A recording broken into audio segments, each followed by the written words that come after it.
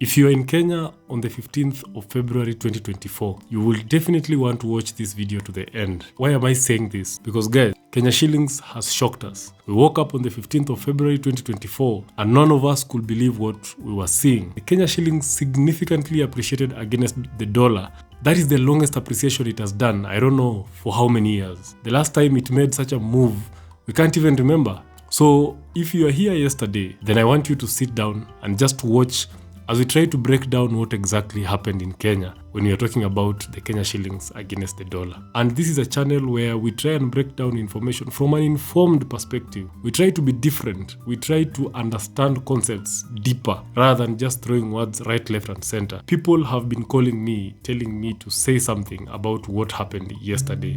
And of course, I knew this time will come. In this channel, we are the people who communicate and inform the public about what is happening. We are the #1 channel that informs the public about the things that they need to know. And therefore, guys, I want you to sit back, I want you to listen, and I want you to give me your ears. And don't leave. If you're here for the first time, this is a channel that does not only speak about currencies. It is a coincidence that currency is what is trending and is what is happening right now. But this channel is a channel where we inform the public. The public needs to know about so many things that are happening around them. And there is no one to tell you guys. There is no one to really tell you what is happening. But from a factual perspective, to truly understand a financial market, you guys know that Forex is a market within the financial markets. Financial markets are broad. And within financial markets, there are different smaller markets within the financial market. And foreign exchange market is just one of them. And therefore, any market that exists within a financial market normally moves in 3 waves. And I think I've already explained to you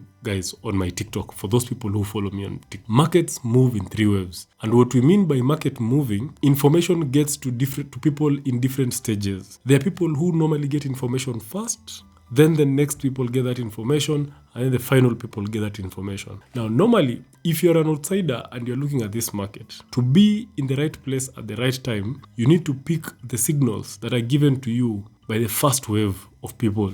You need to pick the signals given to you by the first people who have the information about that market. By the time you get that information as the second person, of course now, the actions that you will take will not be as profitable or will not give you the kind of returns that the first guys made. Now, woe unto you if you are now in the last wave of the move. If you are getting signals from the last people in the market, woe unto you, because potentially you might be losing money or you might not make the right move. Now, be patient because we are going to explain it step by step. Like I've said, the first wave of a market normally happens with the first people being informed. And the question is, who are these people? Guys, markets move in 2 ways. Markets move up or down. I'm trying to be as simple as possible so that all my audience can understand. I know that there are people who are listening or watching me who know the right terms to use. And I don't want to use those terms because, guys, every Kenyan deserves to know some of these things. And that's why I'm trying to use the simplest language that I can for the entire public so that any person who is watching us can be able to understand.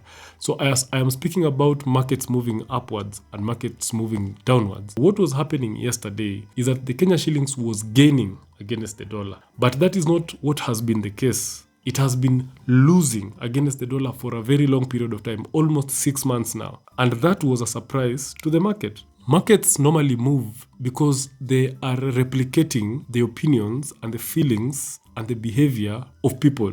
Markets replicate how people feel and how people think. So by the time you see a market move, it is not an artificial thing. It is a market showing you exactly what the people are feeling and what the people are thinking. What people think or what people feel most of the time is influenced by a decision that has happened or a decision that is about to happen. The first signals of a market are usually visible from the people who make the first decisions. From the people who make the first decisions and from the people whose decisions matter in the market. So the question is, who are these people who make decisions and who are these people whose decisions matter in the market? So number 1, we have the government. And the government is represented by 2 institutions. Of course, the Treasury, and then we have the Central Bank of Kenya. Always observe what these 2 institutions do, because the government is the biggest spender. The government is the richest individual unit in an economy. So when money is moving within the government, it will definitely influence the market. The government has the capacity to influence the market. So what that means for you to know exactly what the government is doing, you observe the Treasury and you observe the Central Bank of Kenya. Who else should you be looking at? You should be looking at these people called the major investors, the people who have a significant portion of the money in the market. Because in any potential market, it is normally ruled by one person or a few people who have majority of the money that is circulating. And then all the other people in the market, they crowd themselves within the small amount of money that is remaining. So you will find that in a typical market, almost 60-70% of the money circulating is being controlled by a few individuals. So the question is, you need to look at what those specific individuals do in those companies and the employees, people who surround those individuals in those companies. Those guys will be giving you the first signals of the market. The other people you should be looking at are these international organizations that have a significant influence over governments, especially World Bank and the IMF. These guys, they are involved in the day-to-day operations of a country. They know every single thing that is happening within a country because they are in charge of ensuring that countries have very sound financial and monetary policies operating so that they don't get into a point where they are desperate for help. So some of these international organizations know exactly what is happening within this country. The second wave, the second people, after these guys have given a signal, the second people who normally give a signal are these guys called financial advisors. And then we have the fund managers, these people who are responsible for other people's money. So you see, in Kenya or any other market, people normally entrust their money to fund managers so that the fund managers can manage that money for you and grow that investments, and they are the ones who give you advice. They study the market and they give you advice. But you see, by the time these guys notice, the decision had already been made at a higher level. So these guys will wait for those decisions to be made, and then they get access to that information, and then they start making their moves.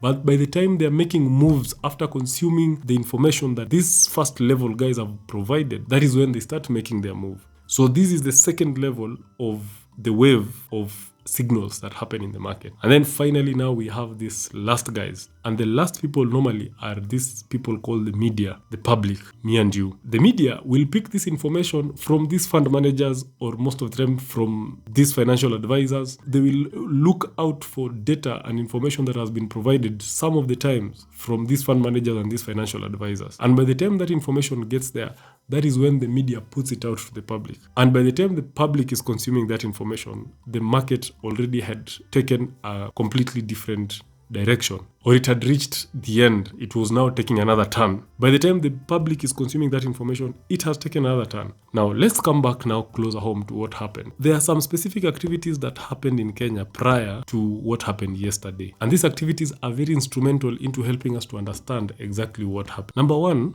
IMF gave its economic outlook of the globe sometime in January. And what they did in their economic outlook, they explained very well that developing countries in sub-Saharan Africa are not going to experience a lot of output, but they are going to experience an improved level of importation. And there is no coincidence in these things. That is the report that IMF gave some time back in January. So what that already tells you is that as Kenya, we rely on output. Output is one of the ways in which you can export outputs, and it will be able to help you to stabilize your currency. So if you have a currency that is depreciating, and then lucky you, for example, Kenya exports tea, coffee, and horticulture, we are able to get good output from these commodities, and we're able to export. Of course, we will get dollars in return, and those dollars will enable us to get back our power to our currency, and we are able to manage that currency better just by the use of the returns that we generate out of our export. But you see now, IMF had already said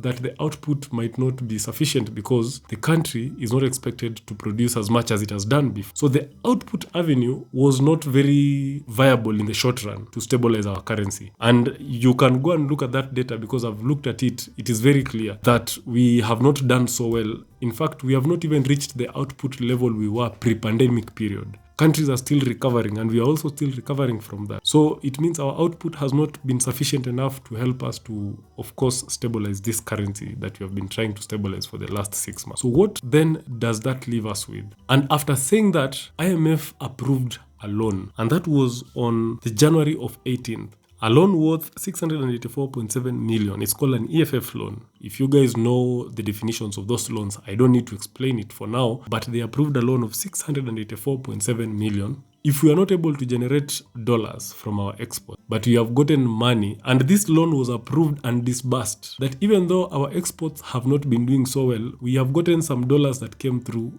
the money that IMF sent to us. Do you know what happened immediately after that? Before the 18th, the Kenya shillings was still depreciating. It was around 160.7. But immediately these guys approved that loan. The Kenya shilling started going down slowly. Now, remember what I told you about the first wave of guys? The 18th of January is when the Kenya shilling started moving. And the guys who have the information, the people who had the information by then, started selling their dollars because they knew the Kenya shillings has already now taken that turn. They started selling their dollars then in anticipation of good things in the future. Now, how could people have known this? People who knew that this IMF loan has been approved, people who are in the government, in the treasury offices, some of them knew this information. After the January of the 18th, the Kenya shillings never went back again. It never depreciated. It continuously started appreciating until when we reached the 6th of February. The MPC meeting happened. For those people who don't know MPC, Monetary Policy Committee meeting happened. It normally happens after every 2 months. They had a meeting, and in that meeting, these were their projections. Inflation to increase over the next period in 3 months. So their goal was, number one, to find ways in which they can curb that inflation so that it doesn't go out of control. So what ways did they think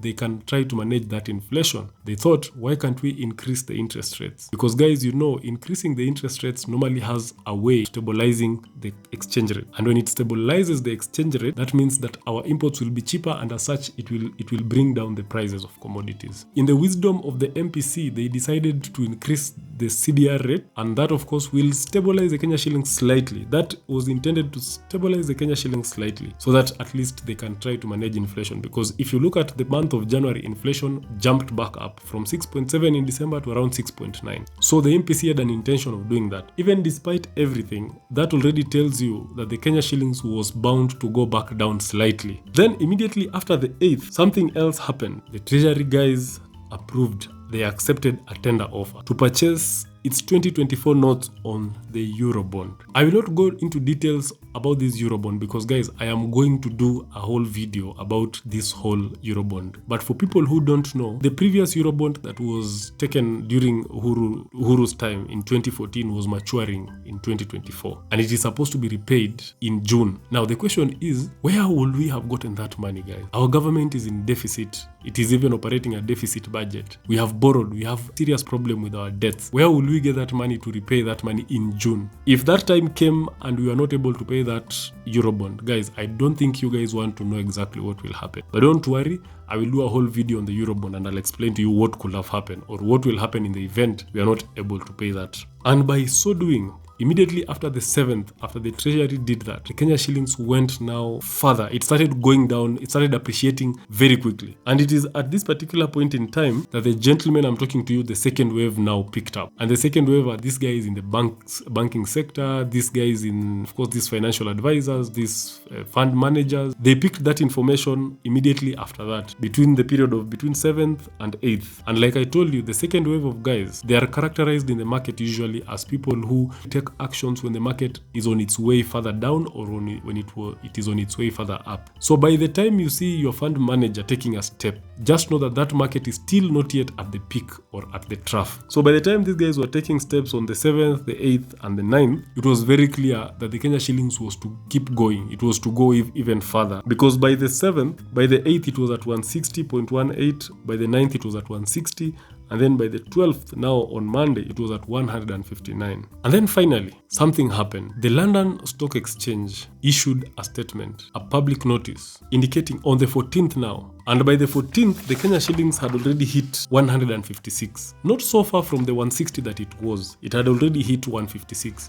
And that was a bit normal, considering all the things that have happened before. What was not normal is immediately now what happened after that. On the 14th, London Stock Exchange issued a statement, public notice, an important notice, saying that the Kenya government, through the treasury, had floated another Eurobond. And the purpose for the proceeds of that Eurobond was to help them to pay off the upcoming obligation in June of this year. And then part of the proceeds, of course, that will remain, they will use that money to help them to support their budgetary needs. The money has not yet come. So we cannot say that that money is what has an impact on the market. We cannot say that because the money has not yet come. We don't have the money yet. It is just that official notice confirmed something that in the near future, in the short period that is coming ahead, there's going to be enough dollars in the Kenyan market. And that, of course, is going to have an impact in stabilizing our Kenya shilling. It is definitely going, because our reserves already are up because of the amount of money that IMF gave us. Out of that information, the public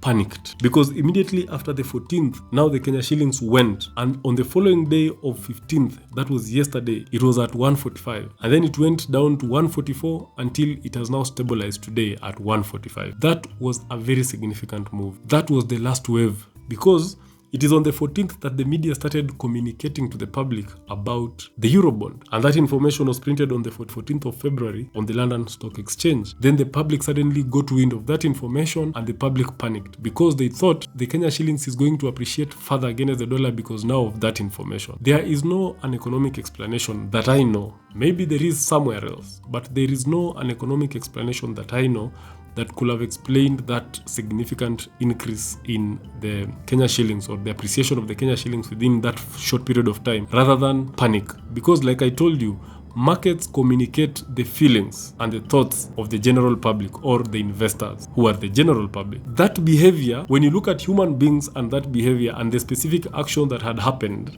you can clearly tell that it was a panic move. When guys panic, they immediately went and started selling their dollars because they didn't want those dollars to remain in their pockets, because now they're losing value. Anytime you see the third wave people take action, and this is now the media and the public, anytime you see the third wave guys taking an action, just know that the action they are taking is opposite to what is just about to happen to the market, because they are the last people to get the information. You remember those guys, the first wave of people, when they get that information, they immediately sold. So guys sold their dollars in January. And by the time the market and the media are knowing, and then the market and the media decide to sell, who do you think they are selling those currencies to? Because this is how the market operates. When you sell, someone is buying. When you buy, someone is selling. Otherwise, the bureaus won't buy those. So as you're going to sell your dollars, who are you selling those dollars to? You're selling those dollars to the banks, you're selling those dollars to the bureaus. So why will a bureau take your dollars knowing they can't sell? Why will the bureaus, why will banks take your dollars knowing that there is no one who is going to buy those dollars? So the fact that you're selling your dollars, there's someone who is buying. So the question you should be asking yourself, yesterday as Kenyans were quickly selling those dollars, where were those dollars going? There was someone who was buying those dollars. But that someone who was buying those dollars is the same someone who sold those dollars earlier on. Is the same person who sold those dollars when the dollar was still at 160 in January. And they are now buying those dollars at 145. And whenever you see now the third wave of people taking action, the market is about to take a turn. Yesterday it went and hit 139. Did it not go back? It went back and it has stabilized at around 145. And I still think that it will still go back slightly up to around 150. So these guys, have they gained or not? So clearly these guys will have gained significant. And that is now why I'm telling you, the only consistent people, anytime you want to study a market well, you have to study the first wave and see the specific signals that the first wave is giving you. The first people, those are the people who are usually the right people. So what was happening yesterday in the market was a panic sell happened at a time when the market is just about to take another turn up. And like I've told you, the market is like a bubble. You buy, someone is selling. You sell, someone is buying. So yesterday, that panic of people selling, of course, infiltrated the market with dollars. And people were holding on to their Kenya shilling. The demand and supply theory. Whenever the Kenya shillings, of course, is reduced in the market, and that means even in the foreign exchange market, no one was willing to take their money to the foreign exchange markets. Why will they do that? So there was reduced supply of Kenya shillings in the foreign exchange market, and that has the effect of increasing the value, appreciating the value of the Kenya shillings. So that is what was happening. Because that was a panic sell, what will happen is now these guys will come back and buy. They will come back and buy these dollars. The supply of the dollars will reduce significantly in the market. And the Kenya shillings again will start depreciating back to where the initial decision makers, the MPC wanted it to get to. The actions of the MPC alone was not enough to take this Kenya shillings to where it went. The increasing of interest rates from 12.5 to 13.5 is not enough to push the Kenya shillings to appreciate with a margin of almost 15 shillings. That was only enough to push it maybe to 155, to 156 or 157 thereabout. And I personally think that it will go back to 150, and that is where it will stabilize, because the future is looking bright. There is an increase in Forex reserves. There is the Eurobond coming. So clearly the Kenya shillings is now going to stabilize in the next few months. It will not oscillate like it has been oscillating. It will do that for a period of time, and by the time now the output will be catching up, hoping that the output will catch up in the course of the year, then we will be good to go. And guys, that is my take. It might be complicated to some of you, but I have tried to water it down the best way that I can, and I hope it has made sense to you all. Now, this channel, like I promised you, will educate you. I want you to stick around. I want you to watch my videos. There is a lot more coming, guys, and I don't want you to miss. But if you happen to miss, don't worry. We will be here every single day to just give you information that you need. And in case you want me to change something about the way I communicate to you guys, just put it in the comment section.